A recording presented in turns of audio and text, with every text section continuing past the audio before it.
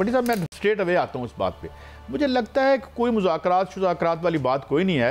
हुकूमत बड़ी सख्ती से आ रही है और जो इशारे मिल रहे हैं, सलमान शहबाज साहब वापस आ रहे हैं, मियाँ साहब की वापसी की बात हो रही है, आज इसहाक डार साहब की तमाम प्रॉपर्टी जो हैं वो, तो मेरा मतलब है कि बातें चीज़ें तो वाज़ेह हो रही हैं। बिस्मिल्लाहिर्रहमानिर्रहीम। कई साहब आपको याद होगा हम पहले दिन से कह रहे हैं कि इमरान खान से बैकडोर राब्ते हैं, लेकिन उन्हें एंगेज करने के लिए मौजूदा हुक्मरान किसी भी कीमत पर इलेक्शन में नहीं जाएंगी। और जो रजीम चेंज 9 अप्रैल को हुकूमत ख़त्म की थी वो NRO पार्ट 1 था, जिसमें इमरान खान की हुकूमत ख़त्म करना, और दूसरा NRO पार्ट 2 था कि तमाम सियासतदानों के मुकदमात करने। मुझे याद है इसहाक डार साहब का घर सील कर दिया गया, अरबों रुपए के केस, वो 90% 80% मुकदमात ख़त्म हो चुके हैं। इमरान खान ने जो हमने भी तारीफ़ की कि जो 26 जुलाई को नवंबर को उन्होंने कहा मैं असम्बली तहलील करूंगा, अब तहलील ना करके इतनी बड़ी सियासी गलती कर रहे हैं जितनी हम तारीफ कर रहे थे। तहलील कैसी करेंगे? चौधरी परवेज अली साहब मानेंगे तो तहलील करेंगे ना, बड़ी असम्बली तो यही है। मैं तो अर्ज मुझे कर लेने दे। खुद भी इमरान खान साहब मेरा ख्याल है जज्बाती होकर बात कर लेते हैं, और उनके इर्द गिर्द आज भी इमरान खान की कश्ती को डुबोने के लिए लोग हैं। अगर आपने भाई ऐलान किया था 26 नवंबर को, तो फिर आपका काम था 5 दिसंबर तक असम्बली तहलील कर देते। अब हुकूमत को पता चल गया ये असम्बली तहलील नहीं करनी, सुन लें, PTI के खिलाफ क्रैकडाउन बहुत तेज होगा। पहले कुछ लीडरशिप के खिलाफ मुकदमात कोयटा में आज हुआ, शहबाज गिल साहब पे, आजम सवाती पे जो हो रहा है, अल्लाह ताला दुश्मन के साथ भी ये ना करे। आजम सवाती के साथ जो हो रहा है, शहबाज गिल और सलमान के पास हुआ है, और एंड ऑफ द डे मौजूदा 13 जमाती हुक्मरान इमरान खान से सियासी मुकाबले में नाकामी के बाद गिरफ्तार करने से लेके इनकी ज़िंदगी को भी ख़तरा है। लेकिन इमरान खान अब ज़्यादा ताख़ीर कर रहे हैं। ऐलानात की तक महदूद रहने से कुछ नहीं होता। यहाँ असम्बली तहलील करने का दावा ना करते, यहाँ करके दिखाएं। देखें क्या करेंगे वो, जिन लोगों को उन्होंने जो है वो बहरहाल ये देखते हैं। फवाद चौधरी साहब ने कुछ कहा है, ज़रा देखें ये क्या है, बड़ा मानी खेज है।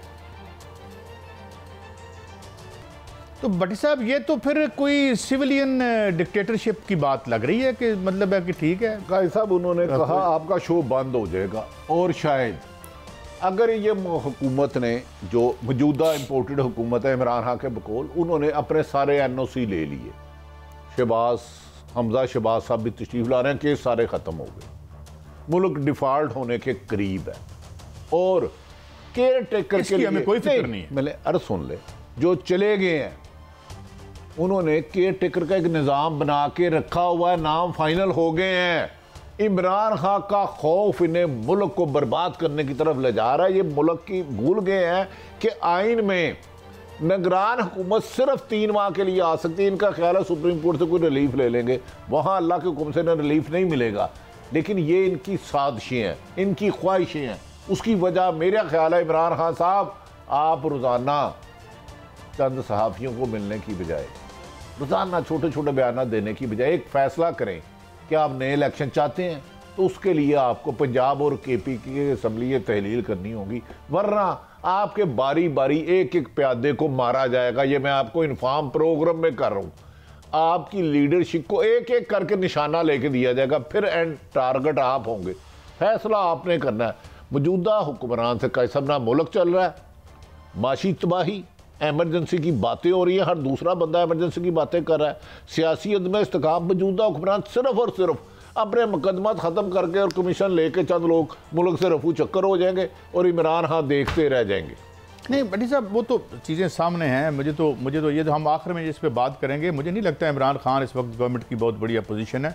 अपोजिशन तो आ रही है और वो मैशत के माज पर होगी और फिर आंख खुलेगी हमारी। मगर मैं अभी इससे सियासी हवाले से बात करूँगा। डू यू थिंक इतनी सेंस प्रिवेल करेगी कि मुल्क पहली दफ़ा एक इंतहाई इकॉनमी डायर इकनॉमिक स्टेट्स में आ गया है, और ये इस वक्त सारे लगे हुए हैं कि उसको पर्चा करा दो, उसको एन कर दो, उसके पीछे गड्डी ला दो, मतलब जो आपको पता ही है मैं किस की बात कर रहा हूँ। और मतलब है कि हमारे एक दोस्त हैं, उन्होंने ऐनक पहनी है, साफियाँ, उनको भी 2-4 रोज पहले डराया गया।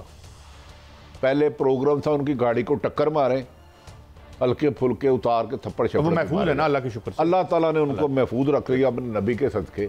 मैं इसीलिए कह रहा हूँ इमरान खान साहब खुदा के वास्ते मोमिन एक सुराख से नहीं डसता, या मुंह चलानी है या चुप करके बैठ जाओ जी, मैंने ना अगले महीने या अक्टूबर में इलेक्शन कराने हैं। इस तरह लोग चुन चुन के मार रहे हैं, चुन चुन के वो मार रहे हैं। कैसा हुकूमती इत्तेहाद ने फैसला कर लिया कि इमरान खान को इलेक्शन नहीं देना, चाहे 100 बंदों पे झूठे पर्चे दर्ज कराने हो, चाहे 100 लोगों को मारना पड़े। अब इमरान खान को ये समझ नहीं आती, चंद लोग उन्होंने बिठाए होते हैं। मैं हैरान हूँ, कोई उन्हें जाके फैक्ट्स बताते ही नहीं। खान साहब क्या कर रहे हैं, आप पर कातलाना हमला हुआ, अल्लाह ने आपको नई जिंदगी दी, एक फैसला कर ले, या चुप करके खामोश होकर बैठ जाए तो यह मैदान में आए। अच्छा, ये फवाद चौधरी साहब ने भी कुछ ज़रा वोकल हैं आजकल, कुछ कहा है उन्होंने। ने कहा बहुत मदद भी उन्होंने की। क्या 2018 का जो इलेक्शन था वो भी आपको इन्होंने जिताया था बाजवा साहब ने और इस्टेब्लिशमेंट में? 2018 के इलेक्शन में तो एक्चुअली हमारा तो मानना ये है कि हमें 20 से 25 सीटें कम मिली। अगर इस्टेब्लिशमेंट हमारी उस वक्त रास्ता ना रोकती तो 20-25 सीटें पीटीआई की ज्यादा होनी थी। 25 से करीब हमारी सीटें थी जो 5000 वोटों से कम से हम जो है वो इलेक्शन हारे, और हम मेरा ख्याल है 3-4 जो 2-3 सीटें तो हम 1000 वोट से कम से हारे। बड़ी साहब, आप ये बात मानते हैं कि इन्हें ये कह रहे हैं कि मुबैना तौर पर इनको सीटें कम मिली, इनके खिलाफ धांधली हुई, जबकि मुस्लिम लीग नून कहती है हमारे खिलाफ हुई, ये सिलेक्टेड है? देखिए, मुस्लिम लीग नून कहती है, ये कहती है, दोनों के दावे अपनी जगह, लेकिन इलेक्शन शफाफ नहीं थे। मैं कारी साहब बार बार इमरान खान साहब को कह रहा हूँ, खुदा के लिए अपने अपने एक एक प्यादा मरवाने के लिए। फवाद चौधरी भी अंडर ऑब्जर्वेशन है, इस पर भी बुरा वक्त आ सकता है। हमारे दोस्त हैं पुराने, मैं तो इसलिए कह रहा हूँ, हो सकता है अल्लाह करे मेरी खबर गलत हो, लेकिन हुकूमत का ख्याल है कि इमरान खान के एक एक प्यादे को नाइंसाफी करके कुचलने की कोशिश करें। इमरान खान को एक फैसला करना है, या अपने जो नादान लोग हैं उनसे बिठा के हर वक्त बातें कर ले। रोजाना 10-12 आ जाते हैं और बातें करके चलो बयान दे देते हैं। जितने बंदे खान के लिए बाहर निकलते हैं, इनके किसी प्यादे के पीछे नहीं आते। मैंने यही, कादी साहब आप ये 2-3 महीने में देखेंगे, मैंने आपको पहले दिन से कह रहा हूँ, मुझे इमरान खान की इस हालत में इलेक्शन नजर नहीं आ रहे, और वो अब फिर कह रहे हैं दिसंबर तक। कौन जीता है तेरी जुल्फ के सर होने तक। जी मैंने बोला साहब, आज से सबसे बड़ी खबर, साबिक वजीर इत्तलात, वजीर खारजा फवाद चौधरी का क्या कहते हैं, साइंस भी थे, नहीं वजीर दाखिला भी थे मेरा ख्याल है। फवाद चौधरी साहब के कुछ दिन रहा, दाखिला तो नहीं थे शायद, चलो नहीं थे यार। उन्होंने कहा जो दस्तखत गन पॉइंट पे होते हैं उसमें जमहूरियत मनो मने मट्टी तले दफन हो चुकी है। आप नहीं मानते, आपको शौक है, आप पूरा कर लें।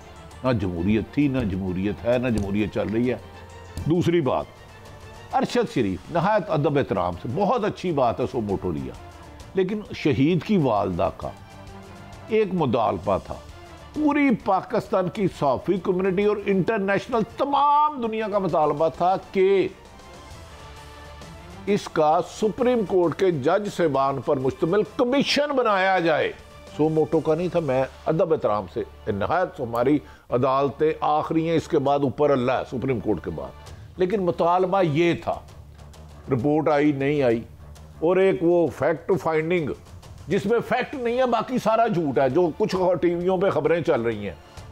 अरशद शरीफ ने इसलिए मुल्क छोड़ा कि उसमें मुकदमा था। ये तो भाई पहले दिन से हम कह रहे हैं उस पर झूठे मुकदमा था। ये बताओ दर्ज किसने कराए? तुम फैक्ट फाइंडिंग कमेटी हो ना। आपने कहा जी मुल्क उसने इसलिए छोड़ा कि मुकदमा थे। और भाई नहीं, उसको कत्ल किया जा रहा था। फिर आपने कहा दुबई से निकलवाया गया। ये नहीं बता रहे कि खतरा था किससे। कह रहे हैं 11 में से 2 बंदे बताए, ये नहीं बता रहे कि झूठे मुकदमे कराए किसने। काजी साहब ये एक ही हल है, अगर honourable chief justice full bench नहीं, फुल बेंच मुकम्मल का जुडिशल कमीशन बन जाए। अदरवाइज अगर वजीर दाखिला से रिपोर्ट मांगी रही, यकीनन सुप्रीम कोर्ट का फैसला हतमी होगा, रिजल्ट 0 होगा। अरशद शरीफ के शहीद के केस को 0 कर दिया जाएगा। अब जो मुकदमा भी उन्होंने फरमाया है, अरशद शरीफ की वालदा की दरख्वास्त पे होना चाहिए, कोई और पर्चा हुआ, क्योंकि मुझे पता चला है आज उन्होंने दरख्वास्त में जिनके नाम लिए हैं, सुना उन पर मुकदमा दर्ज नहीं किया जा रहा, तो वो भी आईवाश होगा। फैक्ट फाइंडिंग रिपोर्ट बताए ना वो क्या कह रही है। हाँ जी उनमें झूठे पर्चे हैं, तो बताओ झूठे पर्चे दर्ज किसने करवाए? ये तो पहले दिन से अरशद शरीफ में आप पूरी पाकिस्तान को उम्र हो रही है। उन्होंने कहा मुल्क बदर करवाया, नहीं मजबूर किया, उसके घर में मारने गए, इस वजह से उन्होंने मुल्क छोड़ा शहीद ने। लेकिन उनके नाम ही नहीं ले रहे किसकी वजह से मुल्क छोड़ा। दुबई कहते हैं कि मुबैना तौर पर इतला, बताओ किसने किया? ये तो सारी दुनिया को पता है, उसको टारगेट करके मरवाया गया। वजीर दाखिला खुद कह चुके हैं, वजीर दाखिला राना सनाउल्लाह खुद कह चुके हैं, जो हुकूमत पोस्टमार्टम रिपोर्ट ना दे शहीद की वालदा और बेवा को, फैक्ट फाइंडिंग रिपोर्ट ना दे, वो क्या इंसाफ करेगी? तो सुप्रीम कोर्ट से नहायत अदब से गुजारिश है, खुदा के वास्ते सुमोटो के साथ साथ सुप्रीम कोर्ट के फुल कोर्ट के जज सेमान पर कमीशन बनाएं, अदरवाइज इंसाफ होता हुआ हमें इस हुकूमत से इंसाफ की तवक्को नहीं, लेकिन जज सेमान का हुक्म यकीनन। बड़े सादा सी बात है, ज़ाहिर जहाँ पे पर्चे दर्ज हुए हैं जो लोग हैं उनके शनाख्ती कार्ड भी होंगे, उनको बुलवा के पूछ लें। नहीं कहे साहब, आप इस पे कल को आपका भी नुकसान हो सकता है इस मामले में। सीरियसली हम क्या कह रहे हैं, हम ये तो नहीं कह रहे, हम कह रहे हैं जी पहले अगर फैक्ट फाइंडिंग कमेटी ने किया था, सरकार के पैसों पे दुबई गई, कीनिया गई और आके क्या दे रहे हो कागज? तो ये तो हमारा मुतालबा है, हम पे 16 पर्चे झूठे हुए, हमारी जिंदगी तंग की गई शहीद अरशद शरीफ की, वो मुल्क से डर के भागा के इधर मुझे शहीद कर दिया जाएगा दुबई। आप बताओ ये किसने पर्चे दर्ज करवाए? किसका खौफ था? अरशद शरीफ ने आखिरी वीलॉग किस पे किया, प्रोग्राम 6 महीने से किस पे कर रहा था, ट्वीट पे किस पे शुबा कर रहा था? वो तो एक शख्सियत का नाम ले चुका है कोड वर्ड में कि ये मुझे मरवाना चाहते हैं, कोड वर्ड में।